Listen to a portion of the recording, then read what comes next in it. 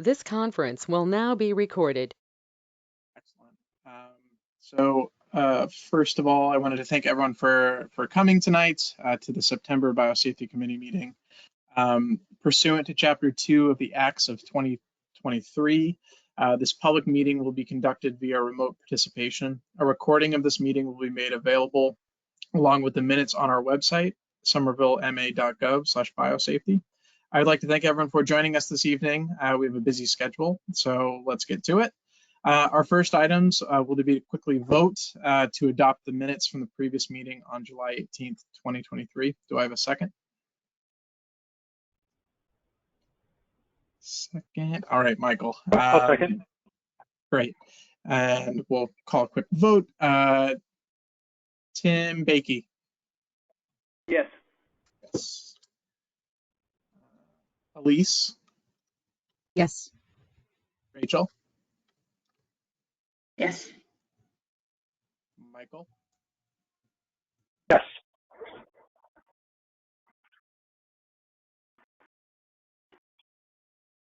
Next item. So again, thanks for everyone making the time. I know September can be very busy with work and school and things, so I really appreciate it. It's a great turnout again for the committee. Item number 2 is the introduction of our newest members.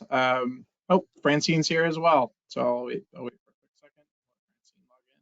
Situated.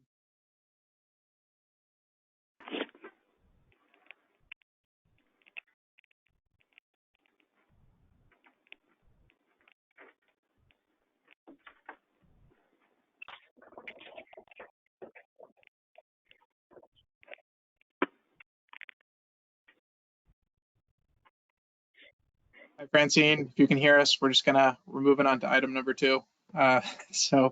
Work on my hi. I wanted to introduce Elise Ballarge. She is the Sustainability Planner for the Office of Sustainability and Environment for the city. Elise, would you mind introducing yourself a little bit? Hi, so yeah, as Colin said, I am Elise Ballarge, the new Sustainability Planner for the city in the Office of Sustainability and Environment. So I do a lot of development review for projects in the city that sort of trigger sustainability thresholds. And I also do some work on electric vehicles and the zero waste plan and other things like that. So I'm happy to be a part of this group. Thank you. Excellent having you. I also wanted to introduce Captain Tim Bakey. He's sitting in today for Deputy Chief Hallahan. Tim, would you mind introducing yourself? Yeah, I'm a captain in the fire prevention unit, and I'm the compliance officer, so I deal with the permitting and compliance of flammable and hazardous materials and stuff like that. Happy to have you for those very specific reasons. And then I also wanted to introduce Michael Swickus. Did I pronounce that right, Michael? Did I get it right? Very good. I'm impressed. Yeah. Michael, can you introduce yourself to the group? Sure. My name is Michael Swickus. I am not a biologist, but I am a scientist. I guess I'm one of the community representatives.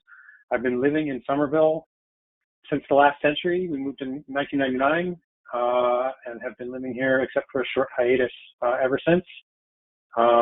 We have one graduate of Somerville High School and one senior. So I'm excited to be part of this group, and I'm excited to help Somerville track some of that business that Cambridge has been taking all this time. Thank you, Michael. Happy to have you and representing the community and your close connection to it. And then I also wanted to introduce Francine Rogers. Francine. I'm conceding defeat on this. If I have furry things walk by, ignore That's them. fine. My dog will be jumping around too. Francine, would you mind introducing yourself to the group as well? So good evening, everyone. My name is Francine Rogers. I apologize for being late. I was having some issues. I am the Director of Laboratory Safety at Tufts University. I did start out in bench research, and then I moved over to education and then performing safety. So started out in biosafety specifically, and then moved up to being a director, and then at previous institutions, and I'm now director at Tufts University. And we're very happy to have you, Francine, and your experience and background in a lot of this work that's going on, as well as your connection to Tufts and all the exciting work that's going there. So welcome. Thank you.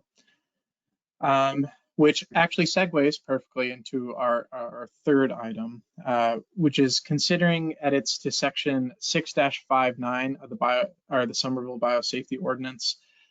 So we've been considering these changes for the past year or so, and Lee can attest to how many times this has sort of been brought up and conversations we've had around this. And now I think we're in a position where we understand the issue a little more and where we need to move on it. So just to give an overview. So the main question is residing within section 5-9 of the ordinance, and it's referenced specifically within the guidelines section. In particular, there's a concluding sentence that says, in the event that there's a conflict between the NIH guidelines and the BMBL shall control.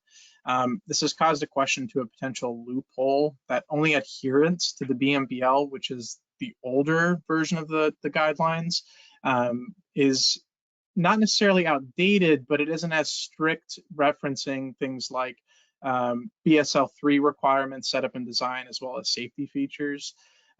So just to understand this a little more, the national design requirements were established in 2016 and then revised in 2020. And they include more stringent requirements regarding ventilation, backup energy, as well as safety measures involved at various levels. So the thinking is that the national design requirement should also be considered and within the committee's scope moving forward, especially when we're going to be considering BSL-3 labs moving into the city. And Lee, who is in attendance tonight, has helped the city sort of guide potential ways that we can alter this language, as well as input from other city staff. So we sort of have a couple possibilities on the table right now for language changes, but I'd be open to allowing the committee to make suggestions too on how we can accomplish this. The first one is adding language allowing the more restrictive of the two, so whether it's BMBL or the national design requirements, on a case-by-case basis, or removing that little sentence in 6-59 under the guidelines, the BMBL shall control aspect. So that will get rid of that potential loophole. So if I didn't explain that well, Lee, I'll give the floor to you to sort of enlighten everyone about this general thinking, because it wasn't a hypothetical. This was a very real situation that I think has changed in the recent period of time. So Yes. Lee, the floor is yours. Can you hear me? It's real in two ways. One is that one of the lawyers for the project in Davis Square has asserted an absolute right to put a level 3 lab in the building using only the BMBL as the guideline. This will almost certainly occasion a lawsuit, certainly from the residents nearby, and possibly on the other side from an aggrieved developer. The second red flag is that we have had one of the safety contractors read this and think that they only have to abide by the BMBL. So it really does need to be changed. I should mention, well, actually, I think Colin stated it very concisely and well. All this dates from our original ordinance from 1994.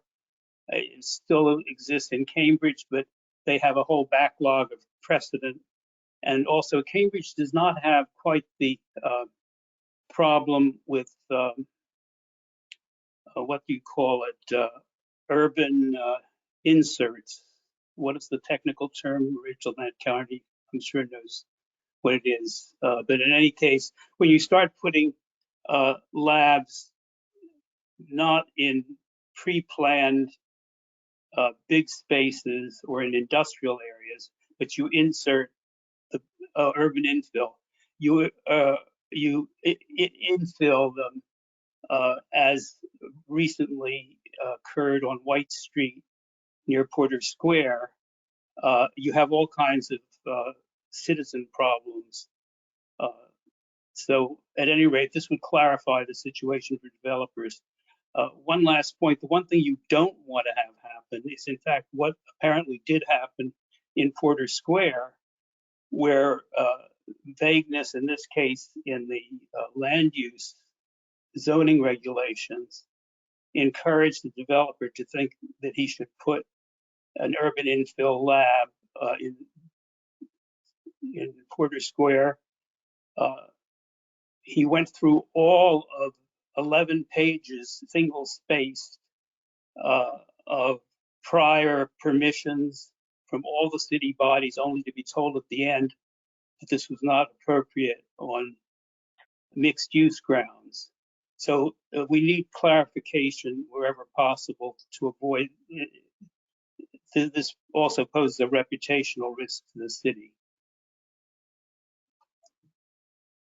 So I should also just mention as a footnote, though he hasn't acted on it, the language, the more restrictive of the two, actually comes from Lance Davis, who chairs the Legislative Matters Committee of the City Council.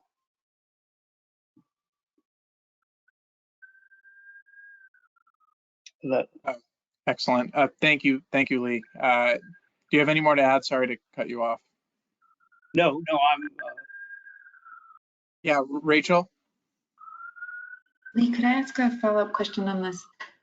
And me or Colin, one of the two of you, or Francine or Michael might know this as well. Between these two guidelines, we said there's the NIH and then there's the BMBL. You said, I think, Lee, that Cambridge has let the BNBL lead. Is that correct? So I get No. Cambridge has the language. I don't have this. I have this secondhand from Colin that it may still exist in Cambridge, but Cambridge has a whole backlog of precedents internally. Has never really faced a problem with this because most of the Cambridge development, in fact, all of it that I can find, has been in a highly differentiated land use map and has occurred in industrially zoned areas. We're talking in Somerville, in urban infill, about areas that could either abut or even include residential areas. And as I understand it, USPCD actually has an active policy that everything should be mixed use, which is quite, what we said, it's a red flag for residents. So if I could just ask a clarifying question about these particular guidelines. How do these guidelines shape the type of laboratory that can go into each of these buildings? Because right now, the land use category of a laboratory building does not guarantee what biosafety level could be allowed in that structure. Yeah, sorry. The BMBL mostly focuses on what are called primary barriers, which are internal to the lab. The DRM, Design Requirements Manual, focuses mainly on building-wide so-called secondary barriers, that is building-wide systems of various kinds, fire, ventilation. A lot of effort has gone into harmonizing the two, so that in the area, one area of conflict could be read as conflict, the DRM actually incorporates by reference the lesser requirements of the BMBL. So it's not a conflict, it's a complementarity. But the DRM really applies, as we've just seen in all the approvals that I've just called up. The BMBL applies to the tenants within the building, And they do a very good job at that, and we're lucky to have people of a high industry standard doing it. The DRM applies to the developers who, by and large, unless they're specialists in lab construction, have never heard of these requirements. I saw Michael had his hand up, so I should stop.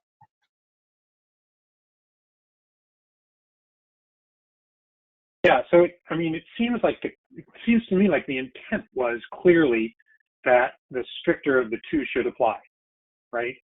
Yes. I mean, I think that's the intent. That's what we want to get out of this. And the question is, what's the right language to do that?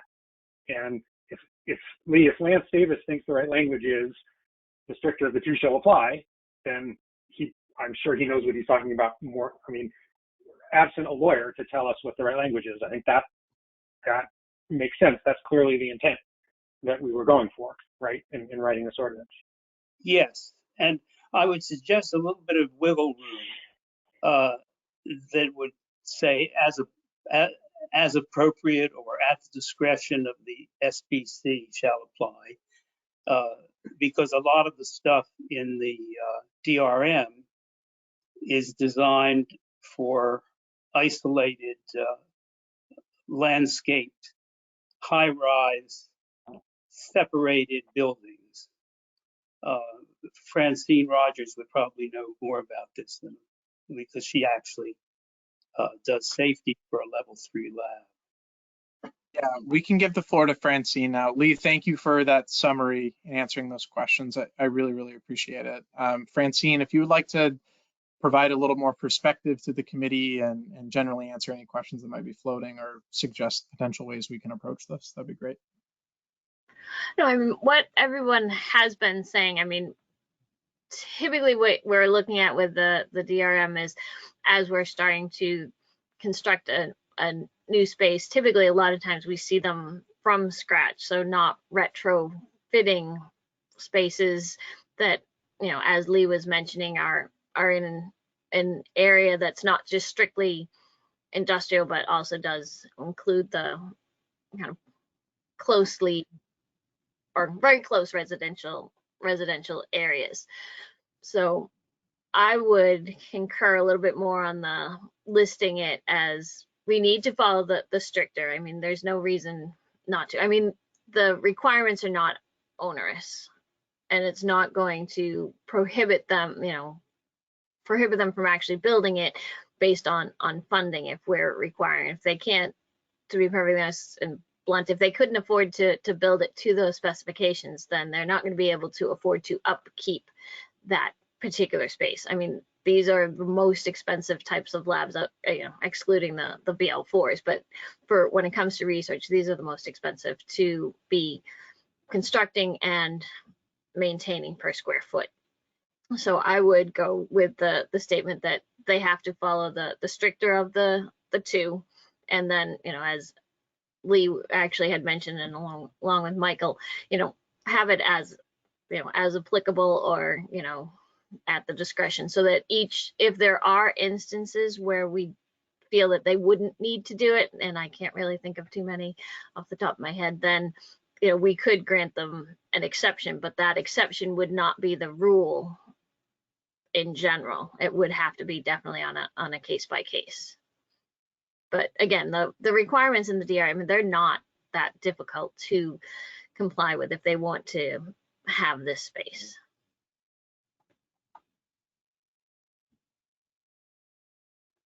Rachel? Just another question. As I'm educating myself, listening to all of you with much deeper knowledge in this sphere, and I'm understanding from Lee a little bit about this, and also Francine, that there are requirements here that need to be carried out at the building level that may not necessarily apply to tenant-specific spaces, but need to, like, if a tenant wanted to move into it and turn a space into a BL3, there are systems level changes that would have to occur on, like, the envelope of the structure. Yes. Yes. Okay. Thank you. That's very helpful for me to understand. And Right. that may be a limitation, because not all landlords want to allow a tenant to make those types of modifications. For instance, a company that will come under a lot of publicity because it uses quote unquote AI is the one that was just approved, Generate. It does generative AI. And they currently have a level 2 enhanced lab. With AI, it's quite possible they will want to upgrade or graduate, I should call it, to level 3. In that case, they would need a backup power. They would need to have the access to level 3 only through a level 2 lab. There are a number of requirements up and down the line that I actually went through the DRM and sent a copy to some of the members here, listing those additional requirements. I think they should, given the way this works, I think upgrades of that kind should be encouraged to go to areas which do not involve mixed use. For instance, Generate has facilities in Andover and Cambridge. And the Cambridge one is not a mixed use situation. It's not an urban infill situation. Should it occur.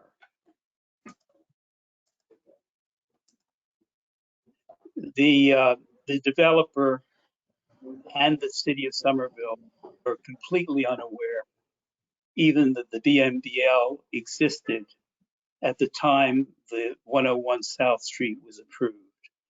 I actually listened as kind of background music to 5 hours of citizen participation, and never was it raised. And when I called the person who was responsible for community activities and sat in on these 5 hours, she'd never heard of either of these sets of regulations. So there are developers and there are developers.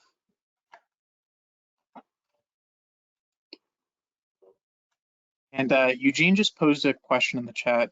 Eugene, I was hoping someone on the committee maybe could answer that. But Eugene, would you be able to speak to the question? Maybe dive into it a little bit more. You mentioned giving discretion to someone, the committee or some officer, to make exceptions to the stricter of the rules. What sort of things might that be that would be an exception?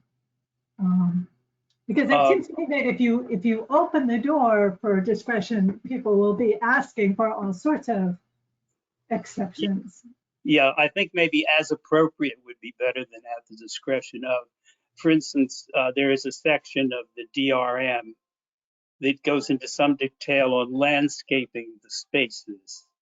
And I think those would probably not apply to a lot of Somerville. Okay.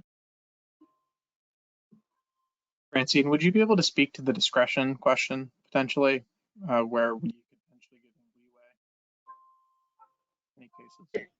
As far as saying like at the discretion of Yes. I mean, I might think of some as far as how you're kind of on the design side, where basically the filter banks are. There could be potentials for them where if they're internal versus, you know, if they're on the roof, if that's a potential, and that might be something where it could come up. I do appreciate Lee's thoughts that, you know, that could be a problem, and more where applicable might apply. But and it is true that, you know, you grant an exception for one person, especially since these are public meetings where another basically company could see that, you know, well, you allowed this for this particular company, you know, how do we make our case to get the same exception?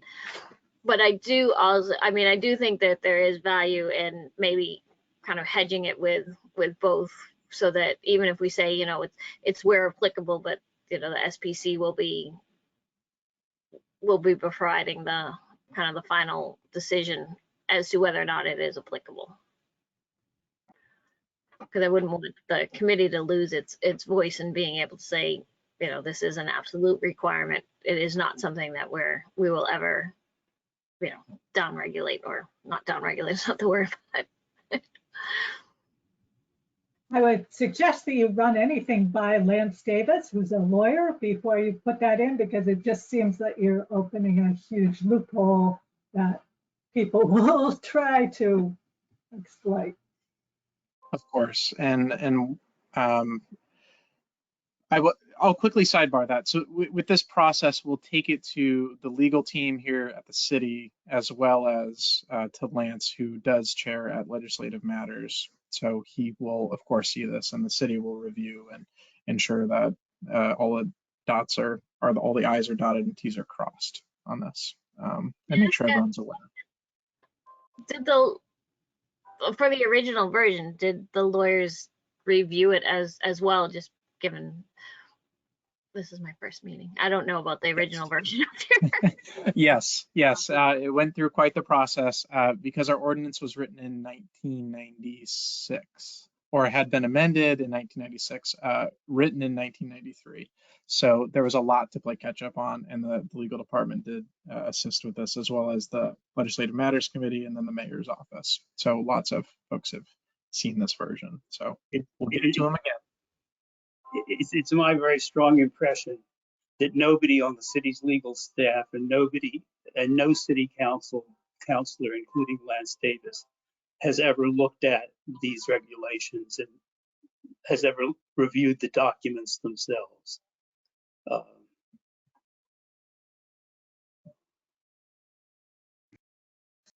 Yeah, Rachel.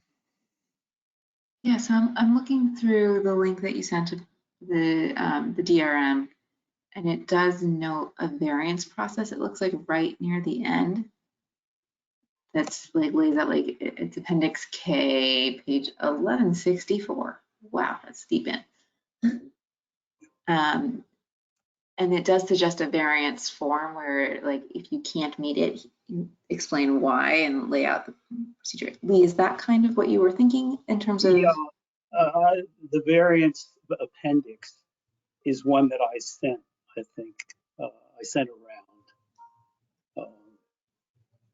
Because I do think. Yeah, sorry.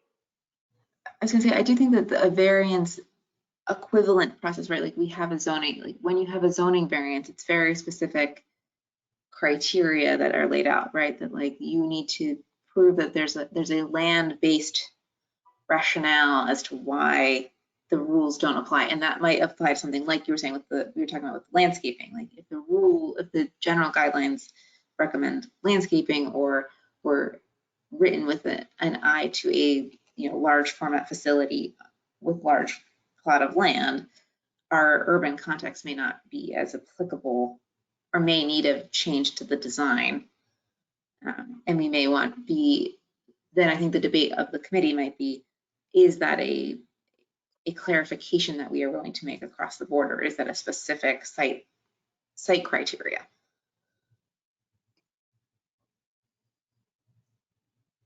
Yeah, this is a very good way of thinking. My only thought is that we should, you as the SPC, should decide what is applicable and skip the variance paperwork. I see. So the variance paperwork is to go to NH. Sorry. I don't think anybody is going, if we say something's not applicable, I don't think anybody's going to ask for a variance from that.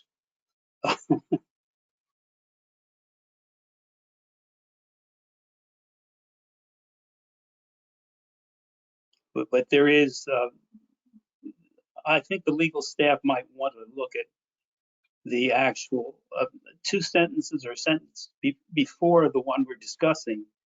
We do require them, in fact, to use the DRM for level 3. So eliminating this would still leave the DRM as mandatory for level 3, in the ordinance as it now exists. So just eliminating it is another possibility. When I discussed this with Lance, originally he was very interested in it, and in fact publicly said he would close all loopholes. But the most recent conversation I had was, well, you know, lawyers can say black is white, and maybe we shouldn't do anything. I think he hasn't looked at this that carefully.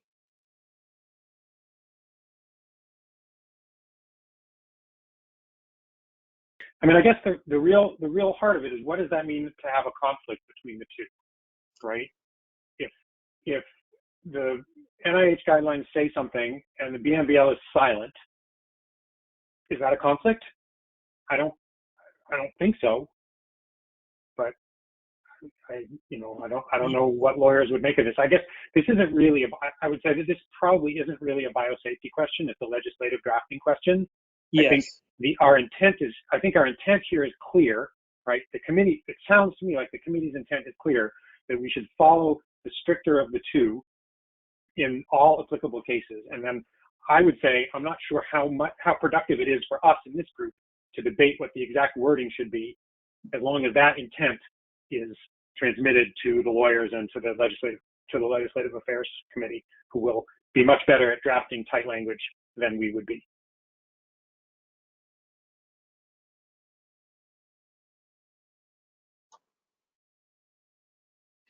And just to add what Colin knows very well, which is that the ordinance encourages us to make suggestions of this kind. There is actually a provision in the ordinance. For sure, and I think our suggestion should be, this is what we think the intent should be, and you guys go figure out the language that will accomplish that and not lead to lawsuits. Yeah.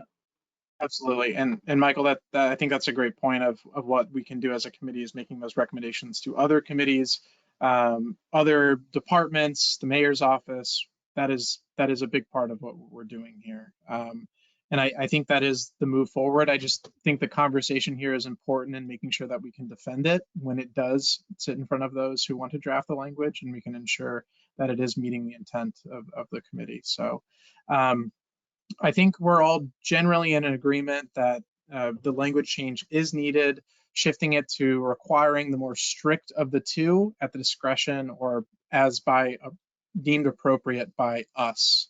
I think that's a key, or that's the language we want to try to format and formulate. So does that sound good to everyone? We can sort of move this to the next process. I can begin to shift that conversation forward. Good, head nods. It's not really a voting thing necessarily, but Rachel, sorry, Rachel, before we move on. I think before we move to into the next agenda item, one thing that stood out to me when I was reviewing the section was that our ordinance does not define the biosafety levels. Like, it just says, like, the definition section says there are biosafety levels, and then later on we get into, like, there are specific regulations around biosafety level 2, biosafety level 3, etc. Is that a common definition between these two documents? I see nodding, which is fantastic. Okay. Yes. I'm learning a lot. You'll see BL and then a number, and then you'll see BSL and a number. But they mean that they're referencing the same thing. I think BL is more common. Is that correct, Francine? That's more what's BL is NIH's designation. BSL is CDC's. So there you go. Every recombinant DNA, you default to the BL and a number. Okay, sounds good. But yes. Any other questions, comments, concerns with this item before we move on to the next? Anything else? No? Okay, that was a good conversation. I've been waiting to have that conversation for months. You have no idea how long I've been waiting for that. So thank you all. I really appreciate the input. That was great. Okay, so I'll move that. So The next item I would like to move to is the adoption of the mayor's code of conduct. I've sent it to all committee members. You've had your time to review. You can sign that off, get that to the mayor's office, and they'll check you off. They have a nice little box next to the committee makeup and who's turning it in and who's, who has it but hasn't signed it. The code of conduct is just something they want us to be presenting in committee. I'm going to share my screen now, and we're just going to quickly read through it real quick. Can everyone see this screen here? Sorry, here's my script and notes. Whoops, wrong one. This one. Ta-da! There it is, all nice and pretty. So this is the new code of conduct that the mayor's office is rolling out for all committees in the city. And they would like us to present it here, talk about it, see if there are any questions, and just ensure that everyone has seen it and that all committee members, sign it and distribute it. So, all right, bear with me. I'm going to read it verbatim. So just bear with me for a second, okay? The city of Somerville places a high priority on encouraging all residents to participate in our government's decision-making and planning processes. One valuable way for residents to do this is by becoming a member of Somerville's boards, commissions, and committees. These bodies are tasked with a wide variety of duties and services. The city strives to ensure that residents from all demographic sectors are participating on our boards, commissions, and committees, along with ensuring that these are safe spaces where all members can contribute equally. Members are important agents of the city and thus must uphold high standards of conduct and professionalism. In order to achieve this, all members must comply with the following code of conduct when serving on any board, commission, or committee. Members will strive to appreciate differences in approach and point of view and treat residents, city employees, partner organizations, and board, commission, or other committee members with courtesy, respect, and professionalism. Members must administer board positions with integrity, honesty, truthfulness, and adherence to the absolute obligation to safeguard the public trust. Members are not only expected to maintain professional working relationships with other members, city staff, and members of the public. Attendance and participation are an important part of the appointment to a board, commission, or committee. While it is understood that members have obligations, the expectation is that members will make every effort to attend and participate in meetings and, whenever possible, communicate any hardships to attendance. In some instances, members may find that various laws may apply to boards, commissions, and committees and to member participation, such as open meeting law and the public records law. Members are expected to comply with the applicable laws and may seek guidance from city staff, the city's clerk's office, or the city solicitor's office. Members are expected to have a basic understanding of these laws and how they apply to their membership. The committee chair will be tasked with ensuring that all members have the opportunity to provide input and encourage the exchange of fair and balanced knowledge and perspectives. Members cannot unilaterally act on behalf of the board, commission, or committee without authorization from that board, commission, or committee. Members should not commit to studying and analyzing the problems and issues that come before them, or should, sorry, not should not, apologies, listen to requests and questions and ask for clarification if necessary and provide complete, knowledgeable, accurate, precise information regarding inquiries. The committee chair will be tasked with ensuring that members are adhering to the code of conduct. All right, bear with me. The conduct of public officials and employees, paid or unpaid, is governed by the state conflict of interest law, the purpose of which is to prevent conflicts between private interests and public duties. Violations of the law may carry civil or criminal penalties. Members should comply with the law and disclose any personal or business interest which may result in actual or perceived conflicts of interest. Many aspects of the law are complicated, and members seek guidance from the State Ethics Commission or the City Solicitor's Office. Disorderly conduct, including rude and intimidating behavior, utilizing obscene, abusive, threatening, or intimidating language or actions will not be tolerated. In addition to any other remedies or enforcement options available under the law, each board, committee, commission may vote to censure a member by the appointing authority may decline to reappoint an individual violates any provision of this code of conduct.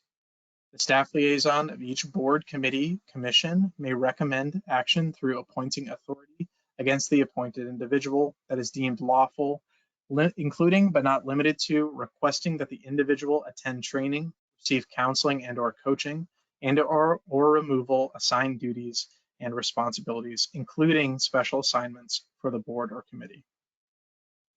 In the event that a member violates this code of conduct, the following action steps may be taken.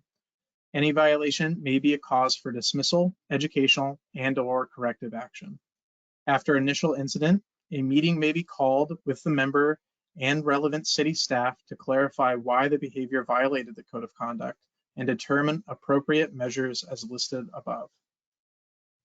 Further incidents may result in dismissal from serving on that board, commission, committee, and may be considered in evaluating applications for serving on any city board, commission, or committee in the future. As agents of the city of Somerville, members are expected not to discriminate against or harass anyone in regard to race, sex, color, religion, national origin, citizenship status, marital status, sexual orientation, gender identity, and expression, age, disability, military, veteran status, or other protected status or classification under federal, state, or local law. Okay. All right. And I will, how do I stop sharing now? Stop sharing screen. Okay. All right. So that is the code of conduct that the mayor's office is rolling out for all boards, commissions, and committees. I would like to move for us to adopt this, and then we can include it on our website and reference it in our policies and procedures moving forward. Do I have a second to move on a vote on this? I see 2 seconds, and I will start on now. All right. Captain Hallahan? Yes. Elise Belarge? Yes. Rachel Ned Carney? Yes. Michael Swickus? Yes. Francine Rogers? Yes. Aaron Carroll? Absent? Or absent. Alex Vera? Absent. Okay. All right. And for myself, yes. With 5 votes, we have adopted the code of conduct. I'll be sure to include that on our website, reference that it's been adopted by our committee to the mayor's office, and then we'll work to reference that in our policies and procedures moving forward. So thank you all for that, and thank those of you who have turned this in and submitted it. If you haven't, there's still time. Feel free to send that to me, signed and dated, and I'll get that onto the mayor's office so you can get a nice little check mark next to your name that it's been recognized. Okay, great. Well, thank you all for that. Okay, I'd like to move to item number 5, which is discussing the frequency of IBC meetings for permitted facilities. This question has come up recently. We had an applicant who is getting ready to schedule their IBC meetings, and they wanted just a little bit of clarification as to the frequency in which they should be meeting. In our ordinance, we don't actually reference frequency, but in our policies and procedures, we have this odd little section in section 18, and it references minutes from all IBC meetings held since the last annual report, but it doesn't give a requirement for the number of times they need to be meeting since that report. So we're going to need to clarify frequency and make those amendments to both the policies and, well, it'll probably just be policies and procedures. We don't have to go through the full ordinance, but we should look to clarify that. The rule of thumb and what I've come across so far is that IBC meetings should be taking place at least on an annual basis. Some places do it quarterly. And yeah, I think it's just up to us to really decide on that. It's an internal policy and procedure that we can move forward with. I'll open the floor to suggestions, comments, experiences, to anyone.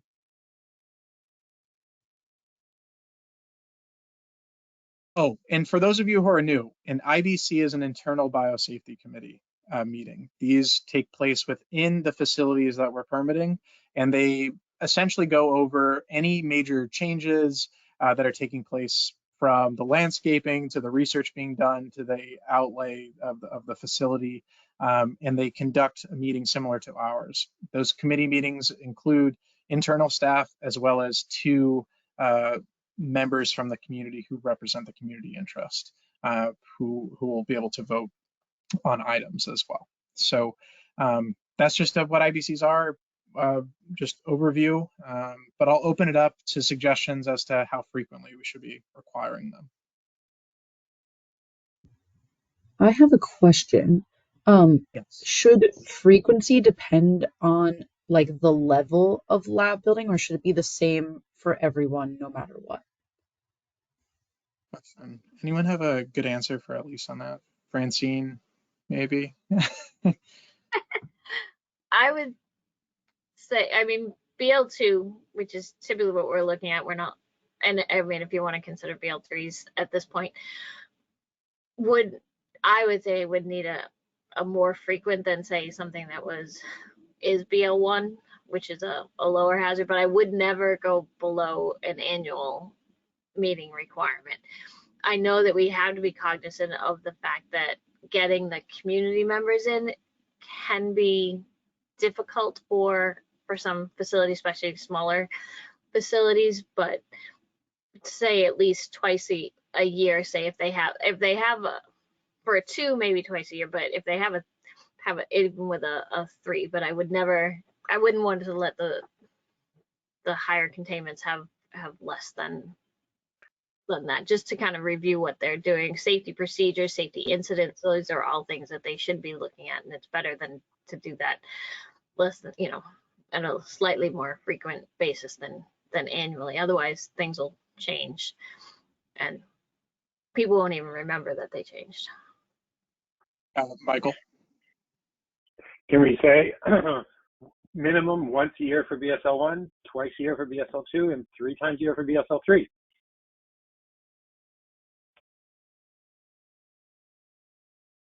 Yeah, I think that's a great suggestion, Michael. Is this another case in which the committee should have discretion? Again, like there could be differentiations in type of, well, maybe, I hope they're not, well, they might. If they're operating with select agents or experimenting with select agents, I think we would want more frequent visitations for that particular permit. Is this a discretion question, or should we standardize like Michael or Francine are suggesting? I mean, I would say that's a minimum, and then maybe they need to meet if there are any significant changes. And how do you define significant? I don't know. That's a good point. I don't. Oh. Right for it. Yeah, Go ahead, Rachel. Rachel, and then Captain Hallahan. I mean, I would say at minimum, if they're changing their interior layout, they should have another meeting, right? Because that's like where if something changes in the layout of the building, like all the procedures are about how are you transporting, how are you maintaining like access to the wash stations, et cetera, et cetera. Like if there's any internal change, I think there should be the guideline should be that there's another meeting. Captain Hallahan. I know a bunch of these labs are enhanced too, so I don't know whether that would require more scrutiny or not. We have two BSL2 enhanced, I believe, Generate, and I want to get the other one right, but yeah, I think that's a good point. Yeah, how is everyone feeling with discretionary versus standardized though? I mean, we can in the frequency of changes, we can have a statement in there that says if there are any significant changes in your facility, you must file an IBC report with us. But they're really sorry, I'm gonna stop babbling. Anyway, what is it, Francine? I'll give you the floor. Yes, I would say, and to answer kind of Rachel's question, if they're making a change, they have to meet. There wouldn't be an exception to wait for that. If they're proposing a change, they have to meet in order for their IBC to review it and then pass that along.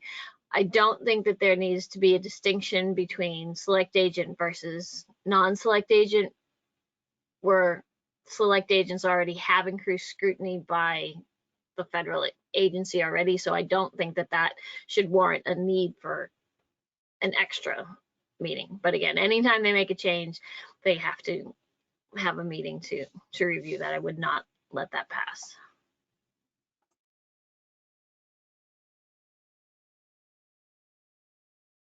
And that will be under the definition of a significant change, correct?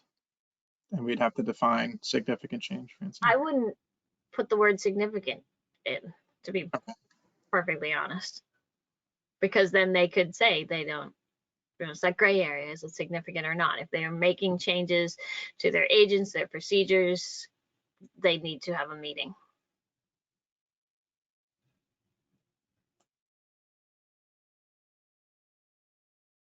And would the threshold for that be BSL2? Okay, BSL2, but BSL1 are so low risk and they're just going through registration with us, which is a fairly straightforward process anyway. So, okay. Does anyone else have any more comments on that? Any, Rachel? I was just going to ask if Francine or Michael or Lee might have a thought on the enhanced versus like 2 meetings versus 3 meetings as kept as I'm sorry, I'm forgetting your rank. I mean, yeah, it seems like if it's the status quo and they're not making significant, or they're making changes to their facility, twice a year is probably enough to review what's going on. You know, I suspect those will be pretty short meetings.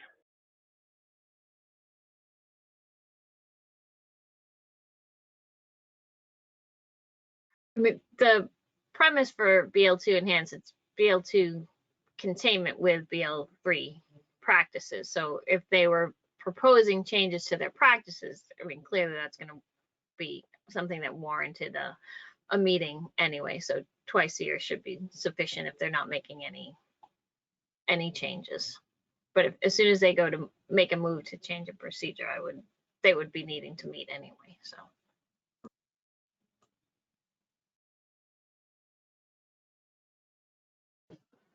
Excellent. Elise, did you put your hand up? Sorry. Oh, okay. All right. Does anyone else have any additional feedback on that? I think that's in a really good place. I think that's something we can move forward with, drafting some language and then deciding at our next meeting, and just making sure that is all correct. So how I understand is that for BSL2s, we'll just do 2 times per year for status quo. We'll put in language that say any changes made to the facility require an IBC meeting and notes and minutes to be submitted at the following application. Well, that's the other part. Do we wait for the application for changes, or should that IBC, the meetings and minutes, the meeting minutes, be submitted to us as soon as possible? I think, I don't know. I'm not going to drive my bias in the conversation. What does everyone else think?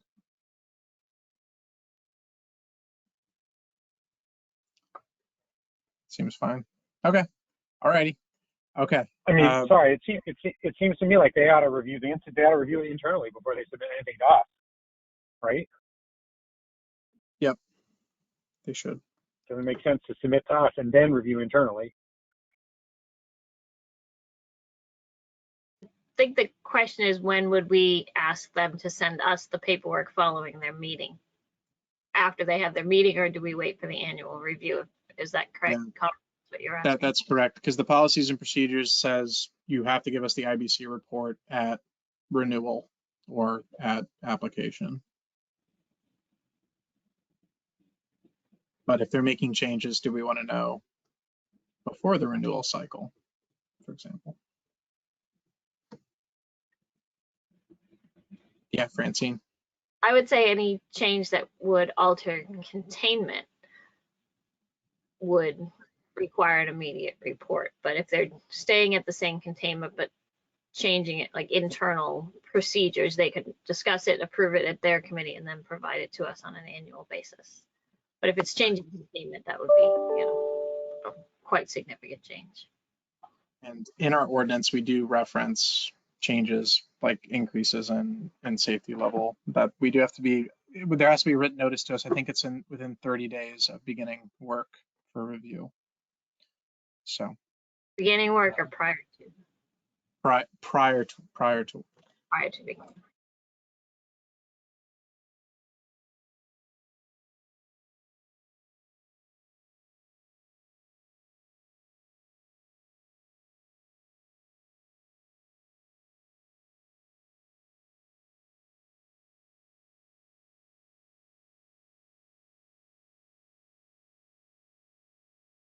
It's in policies and procedures.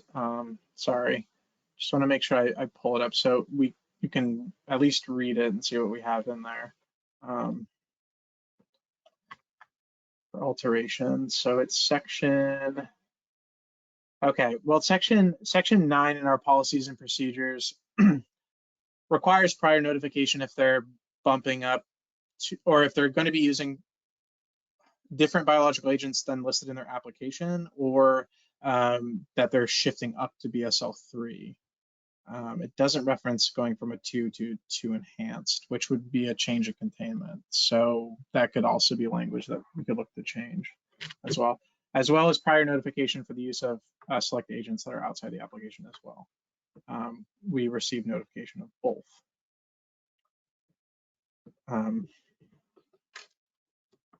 Okay.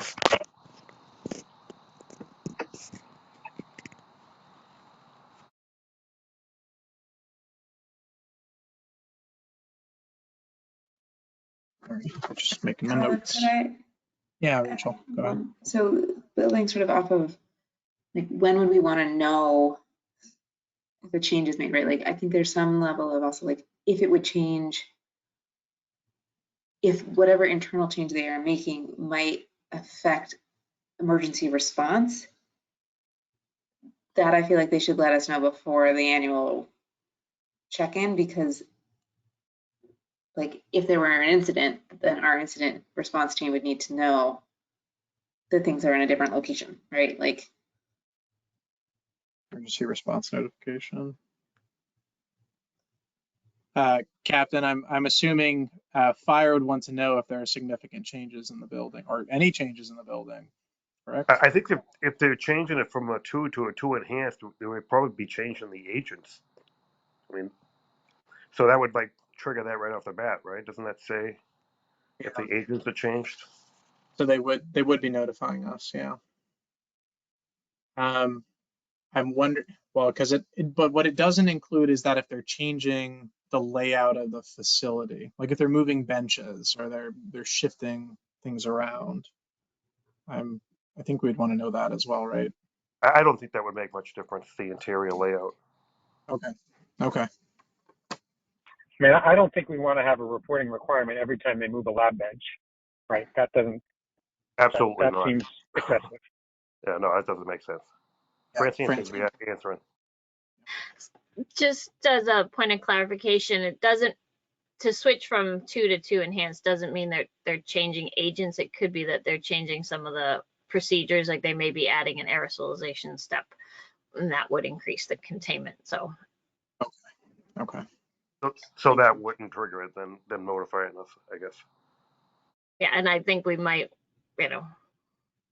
whether or not you want that as, is it because they've changed the agents? Well, then that's already in the policy if they're changing procedures. But I think it's a good idea, even if they're to notify us when they want to do that, because now they have changed the risk assessment. If they're going to aerosolize something, that's changing the risk assessment. Same agent, but they've changed the risk assessment. Yeah, absolutely. Okay. All right.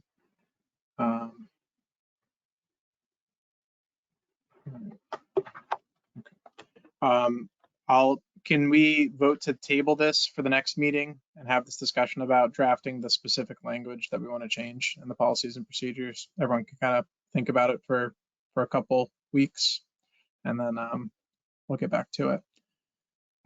So do I have a second to table this item?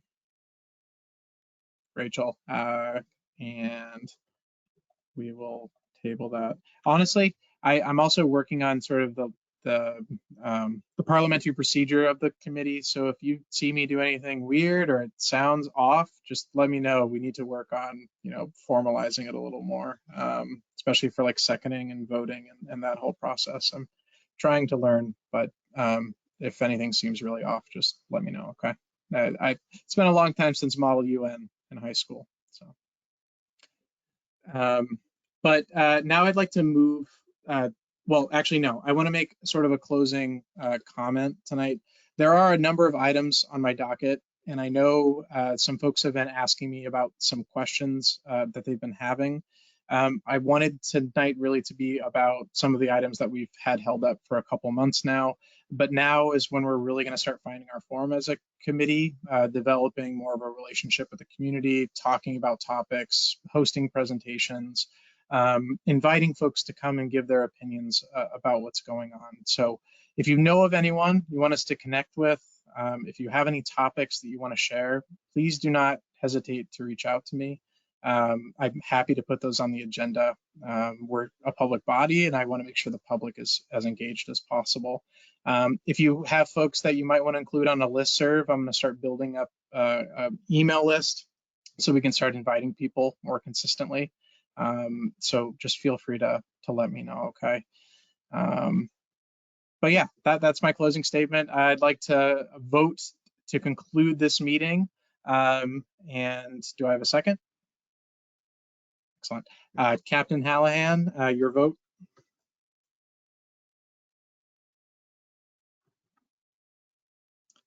Yes. Did you say yes? Did you nod? Yes. Okay. Elise Belarge? Yes. Rachel Ned Carney? Yes. Michael Swickus? Yes. Francine Rogers? Yes. Colin Ziegler, yes. Thank you again, everyone. I really appreciate your time. Any questions, comments, concerns? I'm going to be posting this recording, hopefully get it up within the next couple days, so you're free to review, as well as the minutes, okay? All right. Thanks again, everyone. Enjoy the rest of your night, okay? Thanks, Colin. Bye. Thanks, Colin. Thank you.